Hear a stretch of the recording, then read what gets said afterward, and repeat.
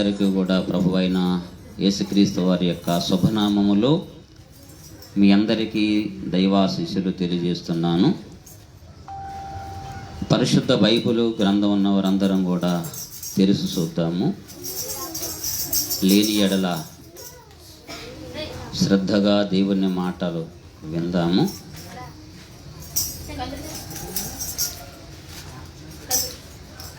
కీర్తనాకారుడు రచించిన కీర్తన గ్రంథము 119వ కీర్తన. కీర్తనాకారుడు 119వ కీర్తన 63వ వచనాన్ని నేనే చదువుతానండి, చిత్తగించాలి. 63వ కీర్తన 119వ కీర్తన 63వ వచనం. నీ యందు భయభక్తులు గల వారందరికీ, నీ ఉపదేశములను అనుసరించే వారికి నేను చిలుకాడను. చిన్న మాట, దేవుని సహాయం కొరకు మనందరం ప్రార్థన చేద్దాం. దేవా, ఈ దినము నాతో మాట్లాడు నాయన.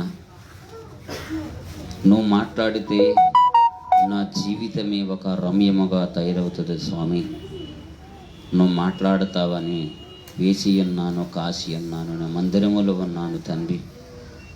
ఎంతో ఆశతో దేవా నేను వచ్చి ఉన్నాను స్వామి. నాతో ఈ దినము తేటగా, సూటగా, వివరముగా నాతో మాట్లాడు ప్రభువా. నీ మాటలు విని దాని ప్రకారంగా బ్రతికే ధన్యత నాకు దయచేయాలని ప్రార్థన సహాయాన్ని వేడుకుందాం. ప్రేమ కలిగిన మా గొప్ప పరిశుద్ధ పరమ తండ్రి, నీ బంగారు పాదములకు కోటాను కోట్లు స్థుతులు స్తోత్రములు చెల్లిస్తున్నాము స్వామి. అయ్యా, ఇదిగో తండ్రి, చదవబడిన వాక్యం మీది వాక్యమైన యేసయ్యా, మీరు నాతోనూ అందరితో మీరు మాట్లాడమని కూడా ప్రార్థిస్తున్నాము స్వామి. యేసయ్యా, ఇదిగో తండ్రి, నీ దాసుడి పరిశుద్ధులందరిలో అత్యల్పుడు, ఏమీ తెలియని వాడి నిష్ప్రయోజకుడే తండ్రి. నీ దాసుని మీ పరిశుద్ధమైన రక్తము చేత నీ దాసుడు దోషములు, అజ్ఞాన చర్యలు, అజ్ఞాన కృతులన్నీ పోవునట్లుగా తెల్లగా మీ పరిశుద్ధ రక్తముతో కడిగి అగ్ని పుటములు నీ దాసుని వేసి నీ సిలువలు నీ దాసును మరుగుపరుచుకొని నీ శకిన మేఘములు దాసును కప్పుకొని నీవే నాతో అందరితో మీరే మాట్లాడమని యేసు ఉన్నత నామాన్ని బట్టి ప్రార్థన చేసి స్తుతించి సుసంతరించుకుంటున్న మా పరమ తండ్రి. ఆమేన్, ఆమేన్, ఆమేన్. ప్రభువునందు దేవునికి అత్యంత ప్రియమైన దేవుని సంఘమా, ఈ చదవబడిన వాక్య భాగములో నుండి ఒక మాటను మనము ప్రస్పష్టముగా గ్రహిద్దాము, ధ్యానము చేద్దాము. నీ యందు భయభక్తులు గల వారందరికీ, నీ ఉపదేశములను అనుసరించే వారి అందరికీ నేను చిలికాడను అన్నాడు. దేవుడు మనతో స్నేహం చెయ్యాలి అంటే, దేవుడితో మనం కూడా స్నేహం చెయ్యాలి అని అనుకుంటే, దేవుడేమో మనతో స్నేహం చెయ్యాలని అనుకున్నా, మనమేమో దేవుడితో స్నేహం చెయ్యాలనుకుంటే, దేవుడు ఒక విషయాన్ని ఇక్కడ ప్రస్తావనకు తెచ్చాడు. నాయందు భయభక్తులు కలిగిన వారందరికీ అన్నాడు ఆయన. నాయందు అంటే తన నామమందు భయభక్తులు కలిగి ఉండటం అంటే భయము భక్తి రెండూ కలిగి ఉండాలి. కొంతమందికి భక్తి ఉంటుంది కానీ భయం అనేది ఉండదు. కొంతమందికి భయం అనేది ఉంటుంది కానీ భక్తి అనేది ఉండదు. అందుకే ఈ రెండు కూడా కావాలి దేవుడికి. భయము ఉండాలి, భక్తి ఉండాలి. యెహోవా భయము పవిత్రమైనది. అంటే దేవుడికి భయపడే వారందరూ కూడా ఎలాగ ఉండాలనుకుంటారంటే పవిత్రంగా మేము జీవించాలి అని ఆశ, కోరిక అనేది లోన్ని పుట్టుకొస్తూ ఉంటుంది. ప్రతిరోజు కూడా మేము పరిశుద్ధంగా జీవించాలి.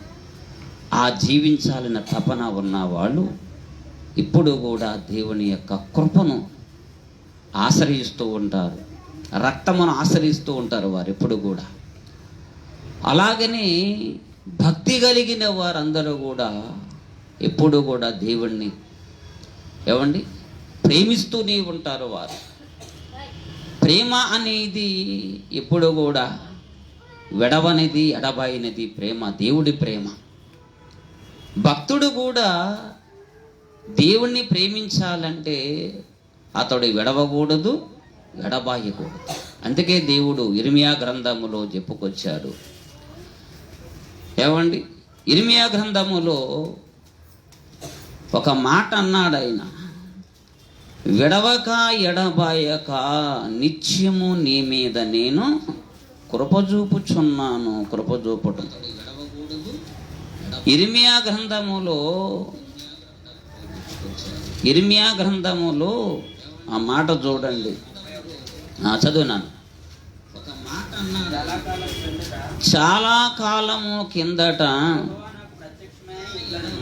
యెహోవా నాకు ప్రత్యక్షమై ఇట్లా, నేను శాశ్వతమైన ప్రేమతో నేను నిన్ను ప్రేమించుచున్నాను గనుక విడవక నీ ఎడల నేను కృప చూపుచున్నాను అన్నాడు. దేవుడి నామానికి మహిమ కలుగునుగాక.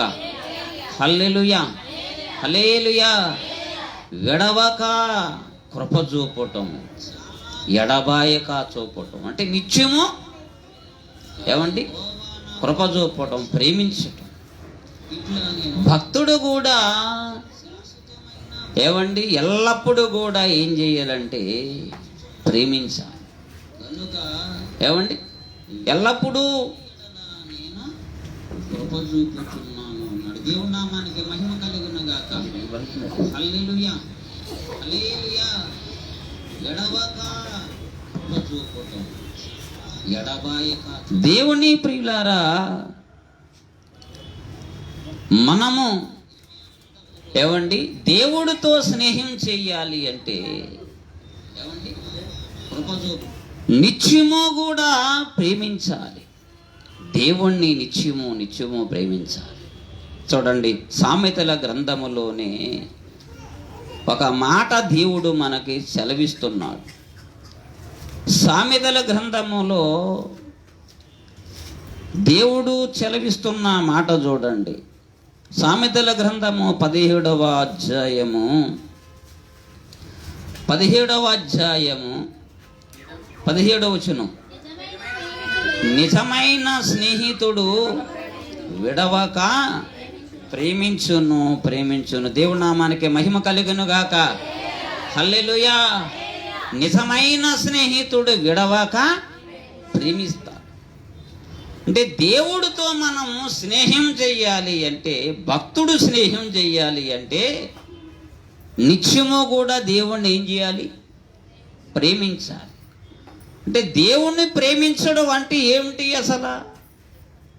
అంటే దేవుడు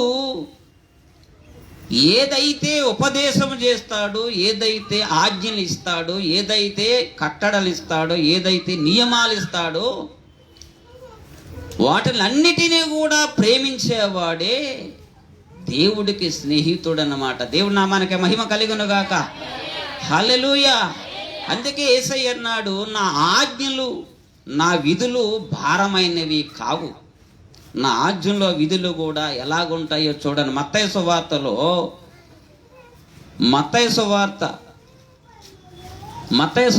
ఆయన చెప్పుకొచ్చాడు,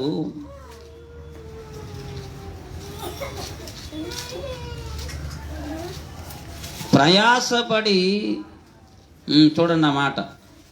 11వ అధ్యాయము 30వ వచనం, 11:30.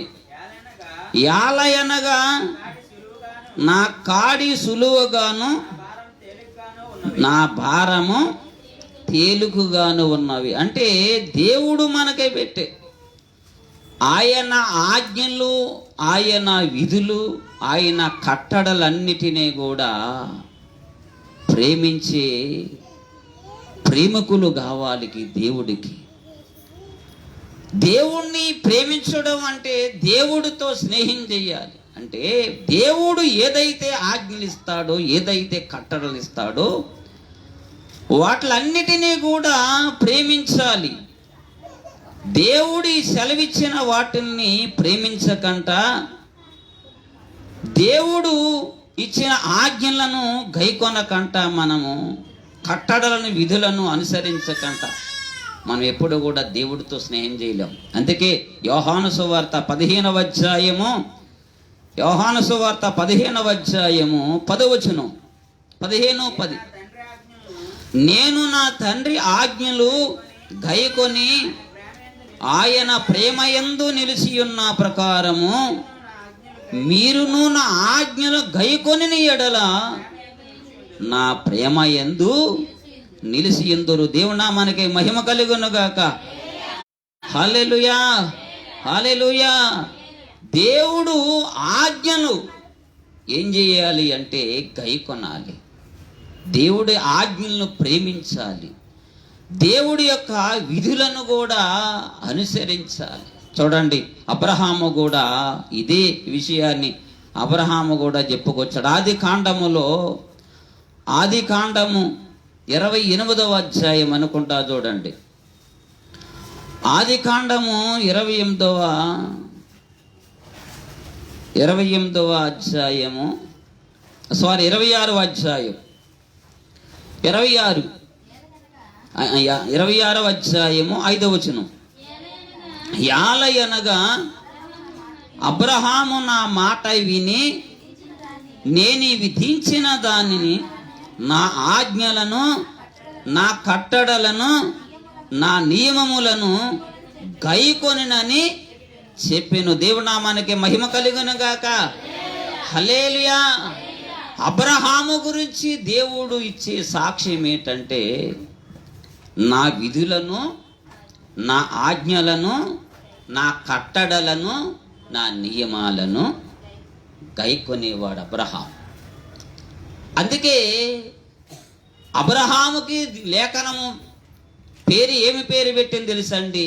దేవునికి స్నేహితుడని అబ్రహాముకి ఒక పేరు ఉంది. యాకోబు పత్రికలో చూడండి, యాకోబు పత్రికలో అబ్రహాము గురించి సాక్ష్యం అనేది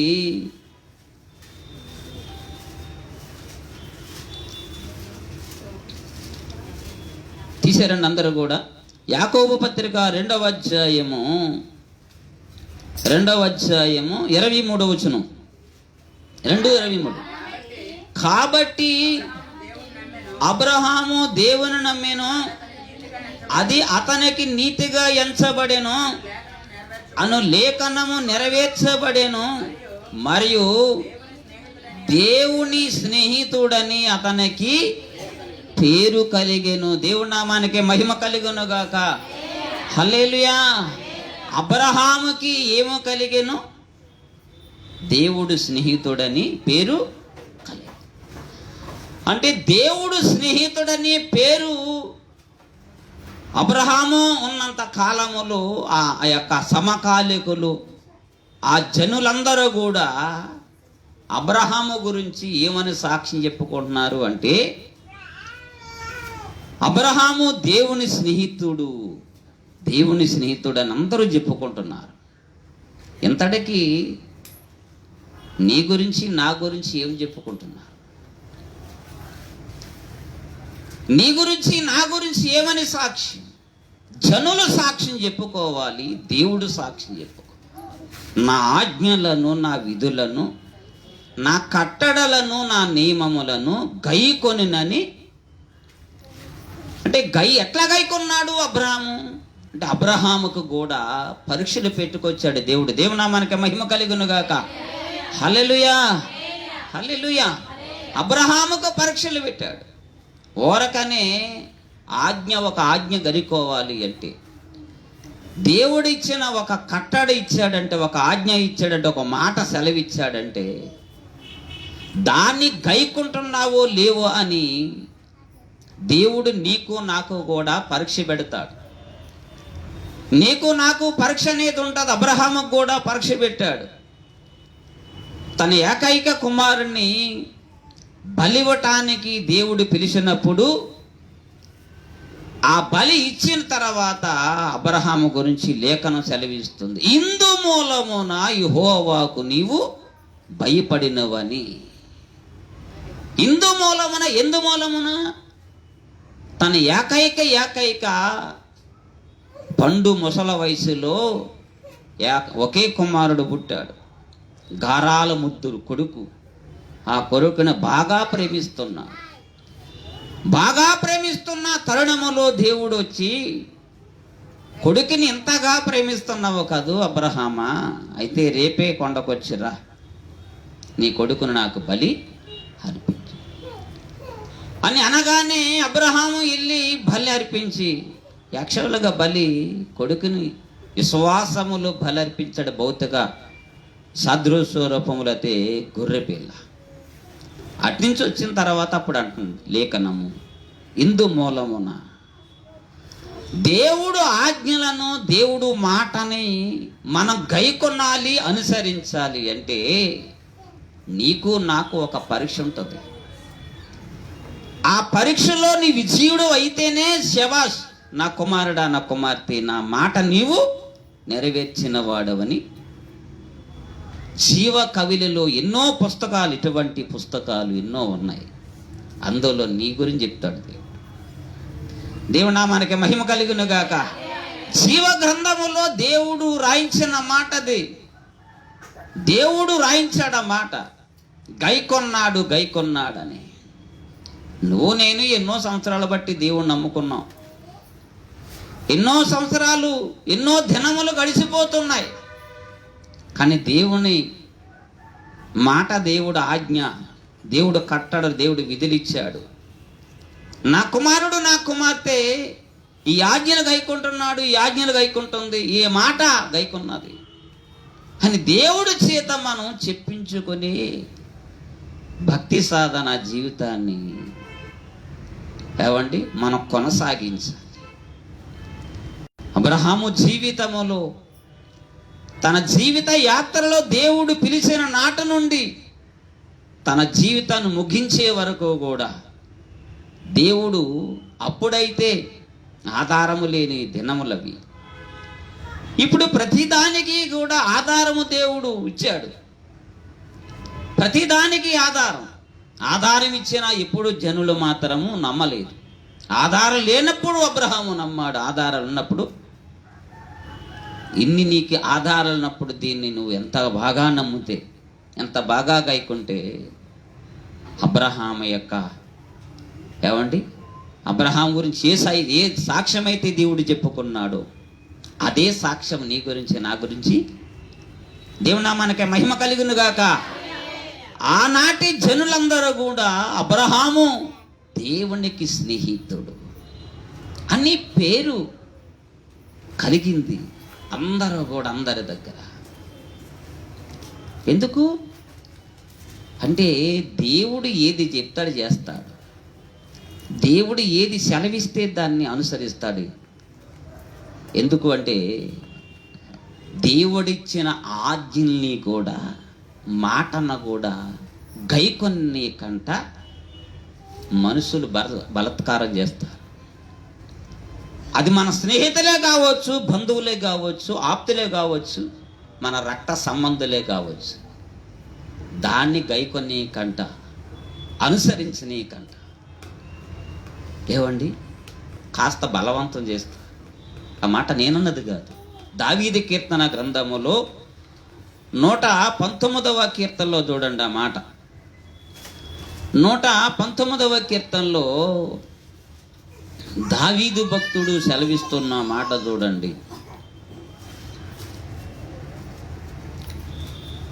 దావీదు భక్తుడు సెలవిస్తున్నాడు, ఆయన మనుషులు బలత్కారము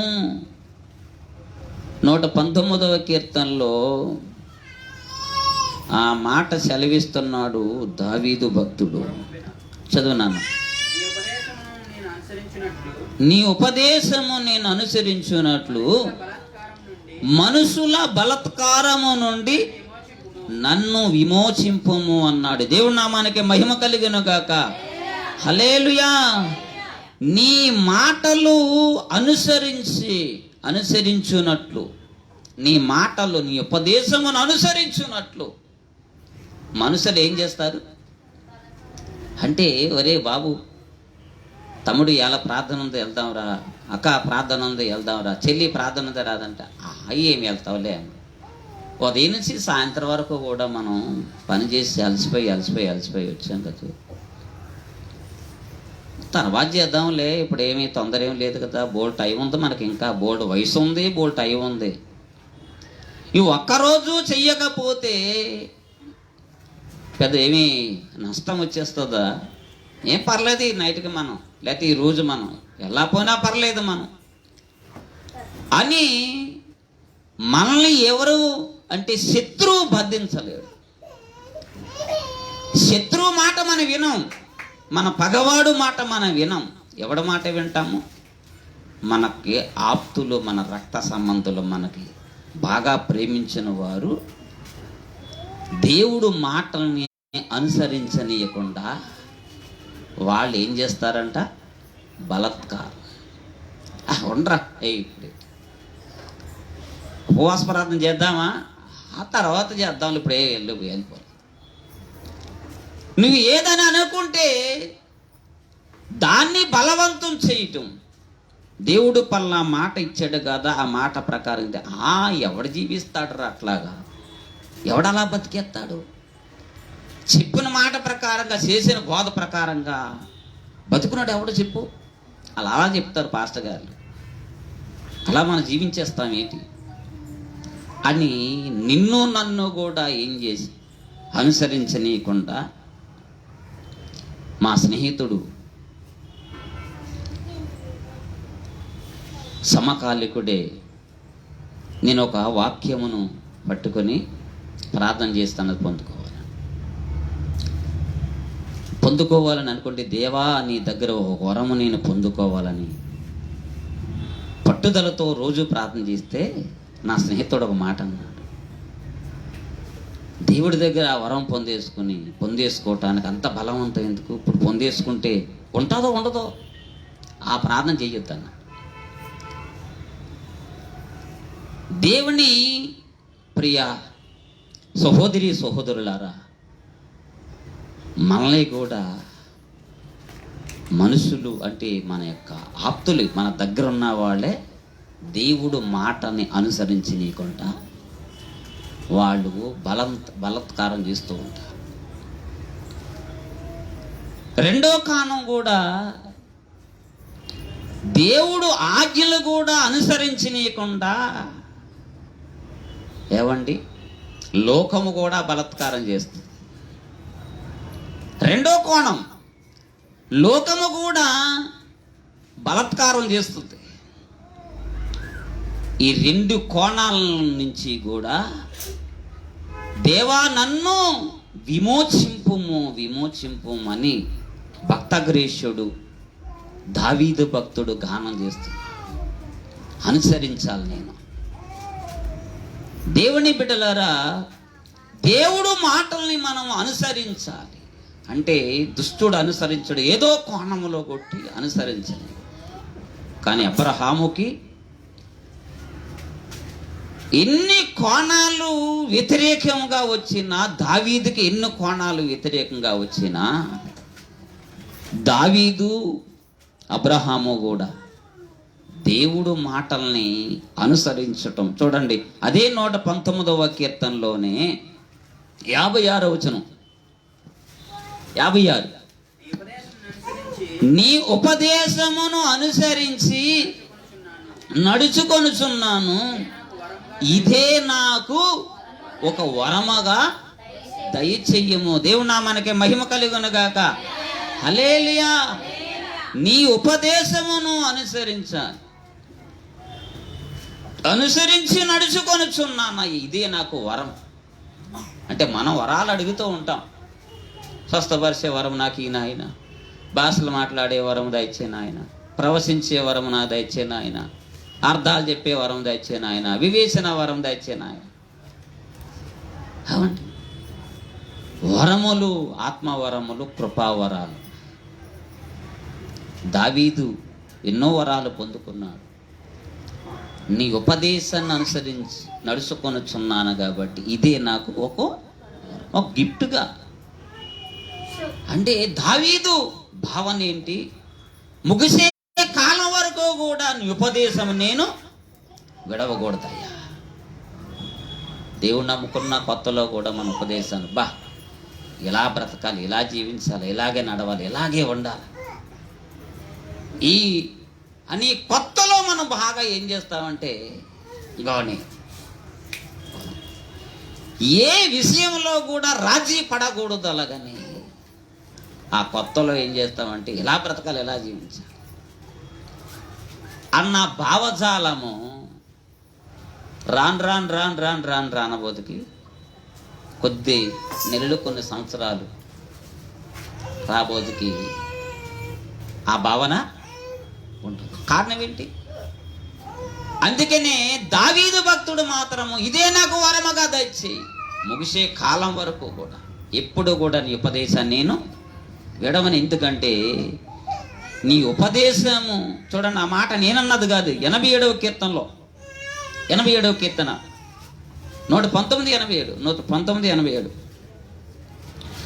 భూమి మీద నుండకుండా వారు నన్ను నాశనము చేయుటకే కొంచెమే తప్పెను, అయితే నీ ఉపదేశములను నేను విడవక. ఏమండి దావీదు ఏమంటున్నాడు? నీ ఉపదేశములను విడవక ఉన్నాను. ఎడవక అంటే ఉపదేశములు విని చాలా మంది ఏం చేస్తున్నారంటే విడిచి తిరుగుతున్నారు. విడిచిపోవడం. ఉపదేశం ఎక్కడ? వినేసి విడిచేసి వదిలిపోవడం. ఉపదేశాన్ని విని దాని ప్రకారంగా నేను బ్రతకాలి, జీవించాలి. ఆ మాట ఉపదేశం నా జీవితంలో కార్యరూపము దాల్చాలి అని సీరియస్ మైండ్ కలిగి ఆ ఉపదేశాన్ని ఇంటికి పట్టుకెళ్ళి నెమరు వేసుకొని ఆ వారమంతా ఎలాగ నేను బ్రతకడానికి నాకు సహాయము దయచే నాయన. నీ కృప నాకు తోడుగుంచు, నీ రక్త ప్రభావంతో నన్ను నింపు, నీ ఆత్మ సహాయం నాకు కావాలి నాయన, నేను అనుసరించాలి వారమంతా. ఆ వాక్యాన్ని మనం ఏం చేయము అంటే ఇంటికి వెళ్ళి నెమరు వేసుకో. పాస్టర్గా చెప్పింది గేటు దగ్గర వదిలేసి, ఇప్పుడు మీరు వదిలేసారో లేదో నాకు తెలియాలంటే నేను ఎట్లా ఏం చేయాలి? ఇప్పుడు నేనేం చేయాలి? ఉపదేశాన్ని మీరు ఇంటికి పట్టుకెళ్ళారో లేదో, ఆ ఉపదేశాన్ని మీరు ధ్యానించారో లేదో, అనుసరించారో లేదో నేనేం చేయాలి? ఇప్పుడు అడగాలి కదా. ఇప్పుడు అడుగుతాం. నేను చెప్పిన పోయిన ఆదివారం చెప్పిన వాక్యం ఏం చెప్పాను? ఏమండి విన్నాను? చెప్పండి, నాకు వినపడలేదు.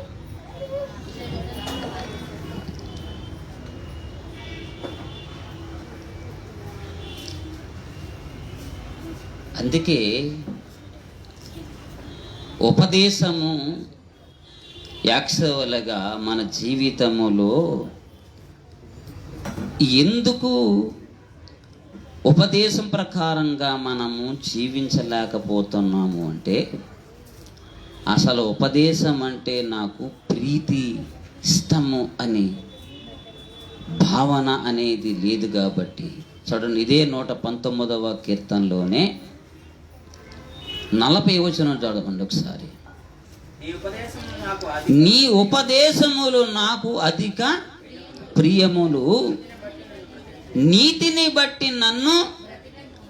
అంటే నీ ఉపదేశములు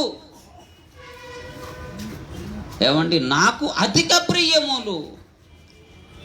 దేవుడు ఉపదేశము, దేవుడు మాట అంటే నాకు అధికం అంటే ఎక్కువగా ఇష్టపడతాను.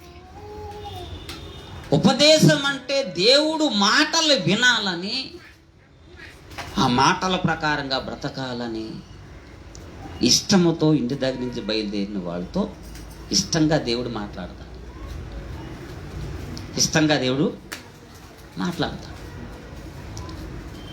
ఏమండి, అందుకే ఉపదేశం అంటే అధిక ప్రియము, అధిక ఇష్టం. దేవుడు మాట అంటే అంత ఇష్టపడ్డ వాళ్ళు ఆ మాటను ఎప్పటికీ మర్చిపో, ఆ మాటను పట్టుకున్న మాట ప్రకారంగా బ్రతకాలను. కానీ ఇష్టమో ఇష్టమో మొత్తానికి వెళ్ళకపోతే ఏమన్నా అనుకుంటారేమో అలాగని ఏం చేస్తారు కొంతమంది, ఏమండి, వస్తూ ఉంటారు. దేవుడు మందిరానికి వచ్చేటప్పుడు కూడా మన జీవితాన్ని వాక్యమనే అద్దం ముందుకు వచ్చి అదంతటినీ చూసుకొని రాకంట వచ్చేసినా సరే ఏమన్నాడు దేవుడు ప్రసంగిలో, నువ్వు దేవుని మందిరానికి పోయినప్పుడు నీ ప్రవర్తన అంతా చూసుకొని రమ్మన్నాడు. ఇంటికాడ మన జీవితాన్ని అంతా కూడా చూసుకోవాలి. ప్రార్థన చేసి, దేవా నాతో ఈ దినంగా మాట్లాడు, నీ ఉపదేశం అంటే నాకు ఇష్టం అని ఇష్టముతో ఇదిగో నీ మందిరానికి. కొంతమందికి, అమ్మా ప్రార్థనకు వస్తున్నావా, ఆ తమ్ముడు ప్రార్థనకు వస్తున్నావా, ఆ చెల్లి ఉపవాస ప్రార్థనకు వస్తున్నావా, ఆ చెల్లి పనుల ప్రార్థన. ఏం చేయాలి? దేవుడు ఉపదేశములంటే ఇష్టపడ్డ వాళ్ళు మాత్రము పిలిపించుకోవటం అనేది ఉండదు. పిలిపించుకోవటం అనేది ఉండదు. ఎందుకంటే ముంగమూరు దేవదాయసాయి గారు ఒక మాట అన్నారు, దేవుడి యొక్క మందిరములో ఎవరైతే ముందుగా వచ్చి కూర్చుంటారో వారు దేవుని పక్కన కూర్చొని హరగతుంటుంది. దేవుడు మందిరానికి వెళ్ళడం తప్ప అన్ని విషయాలకి ముందే మనం ఉంటాం. దేవుడు మందిరానికి వెళ్ళడం తప్ప, ప్రార్థనకి వెళ్ళడం తప్ప, గుడికి రావడం తప్ప, ఉన్నట్లకి అన్నిటికి కూడా మనకి తెలిసిన వాళ్ళు కానీ ఏదైనా కబురు చెప్తే వాళ్ళకంటే ముందు మనం వెళ్ళి, లెగరా బాబు నేను వచ్చేసాను, లేగు అని మనం ఏం చేస్తాం, అక్క వచ్చేసాను, లేగు ఇంకా ఇంకా పడుకున్నారు ఏంటి అని మనమే వాళ్ళని తయారు చేసి నిలబెడతాం. అక్కడికైతే ముందు పారిపోతాం. 8 గంటలకి పెళ్ళి అంటే 5 గంటలకు పోయి అక్కడ కూర్చుంటున్నాం. దేవుడు మందిరానికి 10 గంటలు రమ్మంటే ఎన్ని గంటలకు వస్తాం? 11 గంటలకు వస్తాం. వచ్చి ప్రభువాలు తీసుకుని టక్ వాళ్ళు, నువ్వు ప్రభు వల్ల ఎందుకు తీసుకుంటున్నావో నీకే అర్థం కాదు. ఏమండి, అందుకని దేవుడు మాటలంటే, ఉపదేశం అంటే నీకు ఇష్టం లేకపోతే అలాగే ఉంటుంది. ఇష్టం లేదంటే ఇంటి వెనకాలకి వెళ్ళి ఏం చేసిందంటే సామెత అండి, అక్షరాల మా ఊళ్ళో ఒకటి జరిగింది అలా. ఇష్టం ఉండాలి. దేవుడు ఉపదేశం అన్నా, దేవుడు మాట అన్నా, దేవుడు మందిరం అన్నా ఇష్టం ఉండాలి. అప్పుడే దేవుడు మాటల్లో మనము అనుకరించటానికి గైకొనటానికి ఇష్టపడతాం. దేవుడా మనకి మహిమ కలుగును గాక. హల్లెలూయా. ఆ ఉపదేశం వల్ల ఏమండి 2 లక్షణాలు ఏంటంటే చెప్పి ముగించేస్తాను. అప్పుడు దేవుడికి స్నేహితులు అవుతాం మనం. ఒకటే త్వరగా అదే 119వ కీర్తనలోనే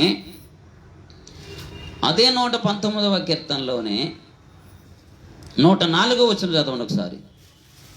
104. నీ ఉపదేశం వలన నాకు వివేకము కలిగెను, తప్పు మార్గములన్నీయు నాకు అసహ్యము లాయెను. ఇంకొక మాట చూడండి, అదే 119వ కీర్తనలో 128వ వచనం. 128. నీ ఉపదేశములన్నీయు యథార్థములన్నీయు నేను వాటిని మన్నించుచున్నాను, అబద్ధ మార్గములన్నీయు. అంటే దేవుడు ఉపదేశము ఏవండి యథార్థమైనవి. ఉపదేశములన్నీ కూడా యథార్థములైనవి కాబట్టి, యథార్థము అంటే యథ అంటే తద అంటే మది. దేవుడు మధులో ఉన్నదేదో నోటితో మాట్లాడతాడు. ఆ మాటలన్నీ కూడా నాకు ఇష్టమయ్యా. అందుకే చెడు మార్గములన్నీ కూడా, అబద్ధ మార్గములన్నీ కూడా నాకేమైంది? అసహ్యం. నాకు అసహ్యము. తప్పుడు మార్గములన్నీ, అబద్ధ మార్గాలన్నీ అసహ్యం కలిగింది. అలాంటి పరంపరలో అబ్రహాము ఒకడు, దావీదు. దేవుడికి స్నేహితులు కావాలి. దేవుడు ఏమన్నా, నా యందు భయభక్తులు కలిగిన వారికి అందరికీ, నా ఉపదేశమును అనుసరించే వారందరికీ నేనేమవ్వాలి? చెలికాడును. దేవుడికి చెలికాడి అవ్వాలంటే దేవుడి యొక్క ఉపదేశములన్నీ కూడా ఏవండి యథార్థములు, న్యాయము అని ఎప్పుడైతే మనము దేవుడు హృదయములో ఉన్న భావాన్ని, బాధని, ఆయన పనిని, ఆయన లక్ష్యమును, ఆయన గురిని, ఆయన ఉద్దేశాన్ని మనకి తెలియజేస్తున్నాడు. ఆ ఉద్దేశ లక్ష్యాన్ని నేను కూడా నెరవేర్చాలి నా జీవితంలో అనుకున్న వారందరూ కూడా తను నడిచే నడక, తను మాట్లాడే మాట, తన వ్యవహార శైలి అంతా కూడా అసహించుకుంటాడు. ఏమండి? అసహించుకుంటాడు. అంటే పంది మరుగుదొడ్డి దగ్గర తినేటప్పుడు దాన్ని చూడగానే ఎంత అసహించుకుంటామో, మన జీవితంలో ఉన్న తప్పుడు మార్గాలు, తప్పుడు మాటలు, తప్పుడు వ్యవహారం అంతా కూడా అలా మనకేం కనపడుతుంది? అసహ్యముగా. ఎప్పుడైతే ఆ మార్గాలు అసహ్యంగా కనపడతాయో అప్పుడు దేవుడితో నీవు స్నేహం చేయడానికి, స్నేహం చేయాలి అంటే నీ హృదయములో ఉన్నదంతా ఏమండి తప్పుడు స్టోరేజీలతో, అబద్ధ స్టోరేజీలతో నిండుకున్న ఈ హృదయము ఏమండి ఇక్కడంతా కూడా దేవుడికి విరోధమైన సామ్రాజ్యం. ఈ సామ్రాజ్యానికి, దేవుడి సామ్రాజ్యానికి వైరం కాబట్టి ఈ హృదయము ఆ హృదయము కూడా, ఈ సామ్రాజ్యం ఆ సామ్రాజ్యం ఒకటి కావాలి. అందుకే దావీదు భక్తుడు గురించి 1 సమూయేలు గ్రంథములో 18వ అధ్యాయము, 1 సమూయేలు గ్రంథము 18వ అధ్యాయములో మాట చూడండి. 18వ అధ్యాయములో 1 చదవండి, 1వ వచనం. దావీదు సౌలుతో మాట్లాడుట సాలించినప్పుడు యోనాతాను హృదయము దావీదు హృదయముతో ఏమండి దావీదు సౌలుతో మాట్లాడుట సాలించినప్పుడు, సౌలుతో మాట్లాడుతున్నాడు ఏదో సంభాషణ. ఆ సంభాషణ మాట్లాడుతున్నప్పుడు, సాలించినప్పుడు యోనాతాను హృదయమును దావీదు హృదయం ఏం చేసిందంట? అంటే దావీదు హృదయము భావజాలం అంతా కూడా ఏవండి సౌలుతో సంభాషణ ఏదో చేస్తున్నాడు. సంభాషణ విన్న సౌలుకి కలవలేదు, దావీదు హృదయానికి సౌలు హృదయాన్ని కలవలేదు. వాళ్ళిద్దరి మధ్యలో వింటున్న సంభాషణ, ఆ సిచ్యువేషన్ అంతా విని సౌలు యోనాతాను హృదయం మాత్రము దావీదు హృదయముతో ఎప్పుడైనా కలిస్తే దావీదు హృదయముతో నేను కలిసిపోవాలి, దావీదు భావజాలముతో నేను కలిసిపోవాలని అనుకున్నాడు. కాబట్టి లేఖను చెప్పుకొచ్చింది. అందుకే యోనాతాను ఒక మాట అన్నాడు, నా ప్రాణ స్నేహితునుగా నేను భావించు. నీ హృదయము దేవుని హృదయము ఎప్పుడైతే కలిసిపోతాయో అప్పుడు దేవుడికి నీవు ఒక ప్రాణ స్నేహితుడుగా, స్నేహితురాలుగా తయారవుతావు. దేవుడి నామానికే మహిమ కలుగును గాక. హల్లెలూయా, హల్లెలూయా. అంటే దేవుడితో నీతో దేవుడు ఏవండి కలయిక వల్ల స్నేహము అనే భావన రావాలి అంటే మన హృదయములో ఉన్న భావజాలన్నీ కూడా మరుగు లేకంట ప్రతి దాన్ని కూడా దేవుడి దగ్గర మనము చెప్పుకోవాలి. దేవుడి దగ్గర మన హృదయములో మరుగు చేసుకొని దేవుడితో మనం స్నేహం చేయాలన్నా, అందుకనే ఒక సూక్తిని విన్నా, ఎవరితోనైనా స్నేహం చేసేటప్పుడు ఆ స్నేహము 10 కాలాల పాటు నిలవాలి అంటే అతడి భావజాలాలు పూర్తిగా మనం ఏం చేయాలంట తెలుసుకోవాలి. అప్పుడే ఆ స్నేహము 10 కాలాల పాటు నిలుస్తుంది. దేవుడా మనకి మహిమ కలుగును గాక. దేవుడితో మనం స్నేహం చేయాలి అంటే దేవుడు భావజాలాలు మనకి తెలియాలి అంటే దేవుడు ఉపదేశం అంటే మనకేముండాలి? ఇష్టం ఉండాలి. దేవుడు ఉపదేశం అంటే మనకిష్టం. ఎందుకు? ఆయన ఉపదేశము యథార్థములని అన్నాడు.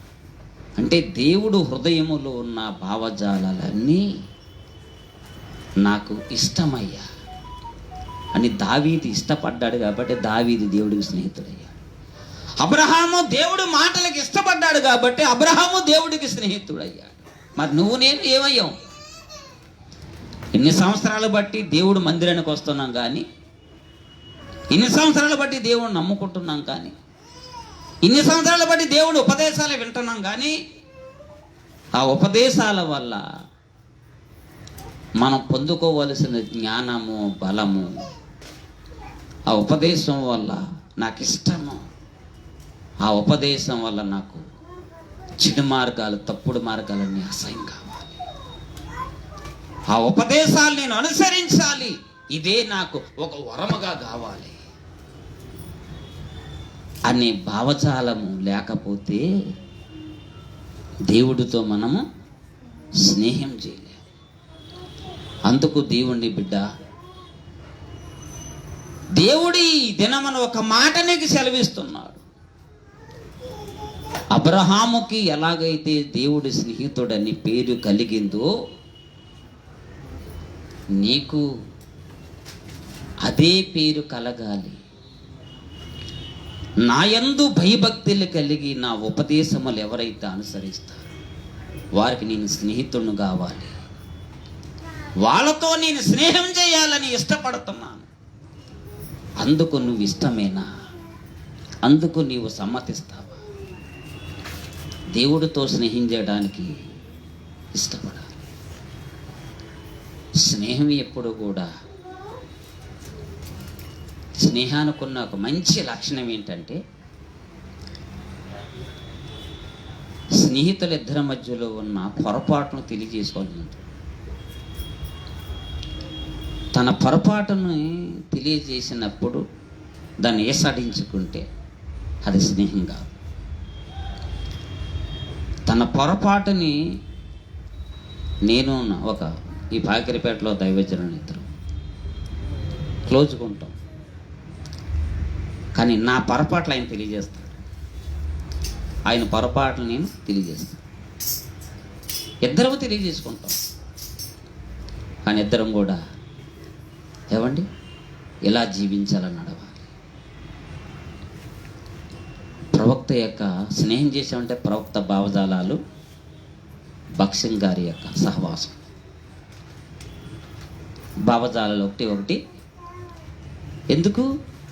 స్నేహము ఏమండి దేవుడి యొక్క స్నేహాన్ని, భావజాలాన్ని మనం నింపితే అతని ద్వారా సత్య దర్శనం అనేది నింపబడుతుంది. దేవుని నామానికి మహిమ కలుగును గాక. హల్లెలూయా.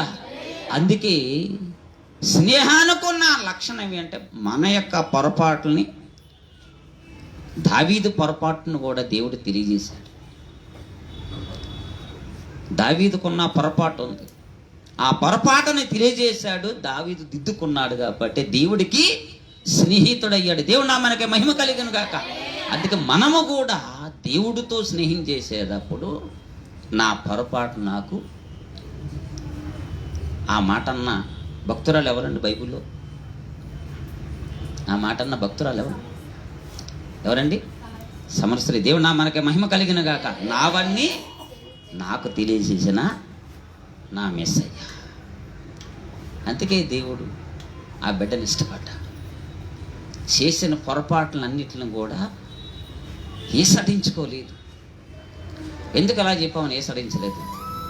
ఆ పొరపాట్లన్నిటినీ కూడా తెలియజేసావు కదా యేసయ్య, దాన్ని ఈ దినమనే నేను దానికి ఫుల్ స్టాప్ పెట్టి నీకు ఇష్టమైన జీవితాన్ని జీవిస్తాను యేసయ్య, నువ్వు సంతోషపడే విధముగా నేను జీవిస్తాను. కానీ సమస్త్రీ తన జీవితాన్ని చేంజ్ అంటే చేసుకుంది కాబట్టి దేవుడికి కూడా స్నేహితురాలుగా మిగిలిపోయి, ఎక్కడ సువార్త చేస్తా అక్కడ నీ పేరు ప్రకటించబడుతుంది. దేవుని బిడ్డ ఆలోచించు ఒకసారి, ఆలోచించు ఒకసారి. పొరపాటులు తెలియజేయాలి. నీ పొరపాటులు తెలియజేయకుండా స్నేహం చేస్తే నిలవదది. స్నేహానికి విలువ ఉండదు. స్నేహం అంటే విలువని పెంచుకునేది, విలువ పెంచుకుంటూ. అందుకని ఏదైనా మన దేవుడు నీతో నాతో మాట్లాడు. ఈ 2021వ సంవత్సరములో మన విలువను దేవుడితో పెంచుకుందాం. దేవుడితో స్నేహం చేయడానికి నా ఆజ్ఞలు భారమైనవి కావు, అవి తేలికగా సులువు. విలాప వాక్యంలో చెప్తున్నాను, తేలికి సులువు. ఆయన మాటలు ఏదైతే, ఆయన ఉపదేశం ఏదైతే ఇస్తాడో భారమైనవి కావాలి. ఆ తేలిక విషయాలు, సులువైన విషయాలు ఒకవేళ నీ శక్తికి మించి, నీ బలానికి మించినవైతే దేవుడు సహాయం అడగాలి. తండ్రి, నీ ఉపదేశాన్ని అనుసరించలేకపోతున్నానయ్యా, నీ మాటను అనుకరించలేకపోతున్నానయ్యా, నీ ఆజ్ఞలు ప్రభువా నడిచి విని నడవలేకపోతున్నానయ్యా, నాకు సహాయము దయచేయి నాయనా. నువ్వు ఎప్పుడైతే దేవుని సహాయాన్ని కోరుకుంటావో దేవుడప్పుడు నీకు సహాయాన్ని అందిస్తాడు. దావీదుకి సహాయం అందించిన దేవుడు, పౌలుకి సహాయం అందించిన దేవుడు, అబ్రహాముకి సహాయం అందించిన దేవుడు నీకు అందివ్వడా? చెల్లి, తమ్ముడు, దేవుని సహాయాన్ని కోరుకుంటావా? జనాన్న మనమందరం దేవుడి సహాయాన్ని కోరుకుంటాం. దేవుని యందు నిత్యము భయభక్తులు కలిగి ఆయన ఉపదేశమని అనుసరించే వారికి నేను స్నేహితుడు. ఈ దినము నుంచి తండ్రి, నీ యందు నిత్యము కూడా నేను భయము భక్తి కలిగి జీవిస్తాను, ఉపదేశాలు అనుసరిస్తానయ్యా. ఆ కృప నాకు దయచేయి తండ్రి. అలాగే అందరూ ప్రార్థన చేసుకుందాం, అందరూ ప్రార్థన చేసుకుందాం. అటువంటి కృప దేవుడు మనందరికి దయచేయను గాక. ప్రార్థన చేసుకుందాం, అందరూ కూడా కళ్ళు మూసుకుందాం. ప్రార్థన చేసుకుందాం మనందరం. విందుశాలకు వెళ్ళక ముందుగా మన జీవితాన్ని మనమే, నా పొరపాట్లు ఈ దినాన్న నాకు తెలియజేసిన నా యేసయ్య, నీకు కోటాను కోట్ల స్తుతులు స్తోత్రాలు చెల్లిస్తున్నానయ్యా. నిజమే తండ్రి, లోక స్నేహము కాదు నాకు, లోకస్తులతో నాకు స్నేహము కాదు నాయన, నీతో స్నేహం చేయటం అనేది నాకెంతో శ్రేయస్కరము నాయన, ఎంతో శ్రేష్టము తండ్రి. భక్తులందరూ కూడా లోకములోను ఉంటూనే నీతో స్నేహం చేయడానికి ఇష్టపడ్డారయ్యా. అబ్రహాము ఈ లోకములోనే ఉంటూనే నీతో స్నేహం చేశాడు తండ్రి. హానోకి ఈ లోకములో ఉంటూనే నీతో స్నేహం చేశాడు. దావీదు, పౌలు, భక్తులందరూ ఈ లోకములోనే, ఈ మట్టి లోకములోనే, ఈ చీకట లోకములోనే, ఈ పాపపు లోకములోను ఉంటూనే లోకాన్ని వారు స్నేహించలేదు. కానీ లోకములో ఉన్న నా దేవుని మాటల్ని, నా దేవుని ఉపదేశాన్ని, నా దేవుడి ఆజ్ఞల్ని, నా దేవుడి విధులని నేను అనుసరించి నడుచుకోవాలని ఆరాటపడ్డారు. అభిలాష కలిగి ఉన్నారు, ఆశ కలిగి ఉన్నారు వాళ్ళందరూ. తండ్రి, నీ ఉపదేశం అంటే నాకు ఎంతో ఇష్టమయ్యా. తమ్ముడు, చెల్లి, దేవుడు ఉపదేశం అంటే నీకు ఇష్టమేనా? దేవుడు ఆజ్ఞలంటే నీకు ఇష్టమేనా? ఆలోచించు ఒకసారి. ఈ దినమున దేవుడితో స్నేహం చేయడానికి 2021 సంవత్సరము ఈ దినము మొదలుకొని తండ్రి, నీ దగ్గరికి చేరే దినము వరకు కూడా నీతో స్నేహం చేయడానికి ఈ దినము నుంచి నేను అడుగుడు చబ్బడి వేస్తానయ్యా. నీతో కలిసి ఈ దినము నుంచి నేను నడవటానికి నేను ఇదిగో సిద్ధంగా పడి ఉన్నానయ్యా. తండ్రి, నీతో స్నేహం చేయటానికి ఇష్టపడుతున్నాను ఈ దినము నుంచి. తండ్రి, నాకు సహాయము దయచేవా నాయన. నీ హృదయముతో నా హృదయము కలిసిపోవాలయ్యా. నువ్వు నాకు ఒక ప్రాణ స్నేహితుడుగా మిగిలిపోవాలి. నువ్వు ప్రేమించే వ్యక్తిగా నేను మిగిలిపోవాలి. ఈ కొద్ది శ్వాస జీవితమే అంకితం చేస్తున్న నీ దినమున నీకు నాయన, నా జీవితాన్ని దినమున నీకు అంకితం చేస్తున్నాను. నీ స్నేహితుడుగా నన్ను భావించు. నేనేమో నీ స్నేహితుడుగా భావించు. నాకు సహాయం లేదు. నా చెడు మార్గములన్నయ్యో ఇక నుంచి నేను అసహించుకొని కృప నాకు తెచ్చి తప్పుడు మార్గములు, తప్పుడు మాటలు, తప్పుడు ఆలోచనలు, తప్పుడు చూపు, తప్పుడు అభిప్రాయములు అసహించుకొని నైజము నాకు దయచే. నా ప్రాణేశ్వరుడా, దిగరా నాయనా. అందరము దేవుని వైపు మన కనులెత్తుదాము, మన చేతులు చాపుదాము. అందరము కూడా ఎవరు అనాలోచితముగా దేవుడి సన్నిధిలో ఉండొద్దు. మోకాళ్ళుని 2 చేతులు దేవుని సహాయం కోరుకో. రండి నాయన, గగనాలు చీల్చుకొని ఇక్కడ రండి తండ్రి. ఇదిగో ఈ దినము నా నీ ఉపదేశం విన్నానయ్యా. ఉపదేశమును నేను మరిచిపోయేవాడిని కాను అన్నాడు దావీదు. భక్తులు మరిచిపోలేదు నాయన. ఇన్ని సంవత్సరాలు, ఇన్ని నెలలు, ఇన్ని దినాలు నేను మరిచిపోయాను. ఇక నుంచి మాత్రం ఉపదేశాన్ని పట్టుకుని ఇంటికి వెళ్ళి నెమరవేసుకొని ఆ ప్రకారంగా నేను బ్రతకటానికి ఇదిగో నేను ప్రయత్నము చేస్తున్నాను. నాకు సహాయం దయచి నేను ప్రయత్నములన్నీ కూడా సఫలమగున్నట్లుగా నీ కృప నాకు దయచి. నీ రక్తమును బట్టి నీ కృపను ఆశ్రయిస్తున్నాను. నీ రక్త ప్రోక్షణ కిందకు వస్తున్నాను యేసయ్యా. నా జీవితాన్ని దినమున కడుగుము తండ్రి, నా జీవితాన్ని కడుగు తండ్రి. ఈ వారమంతా నేను అంటించుకున్న మాలిన్యమంతా,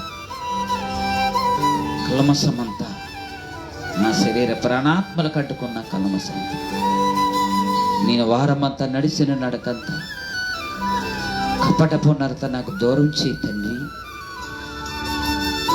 నీ ఉపదేశము నేను మరవను నాయన. కపటపు నడత నాకు దూరం చేయి. ఇంకెప్పుడు ఇటువంటి జీవితం నాకు వద్దు నాయన. అబ్రహాము లాంటి జీవితం నాకు కావాలి. నువ్వు అబ్రహాము గురించి ఏ సాక్ష్యం అయితే ఇచ్చావు,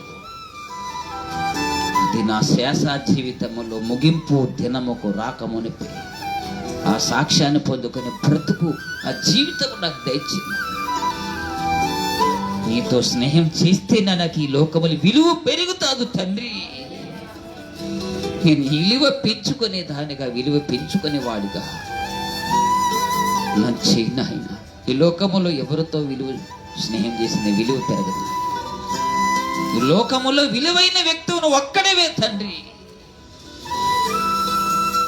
నీ వాక్యముతో స్నేహము, నీ ఉపదేశముతో స్నేహం చేసే భాగ్యము నాకు ఈ దినమున నాకు దయచేయి నాయన.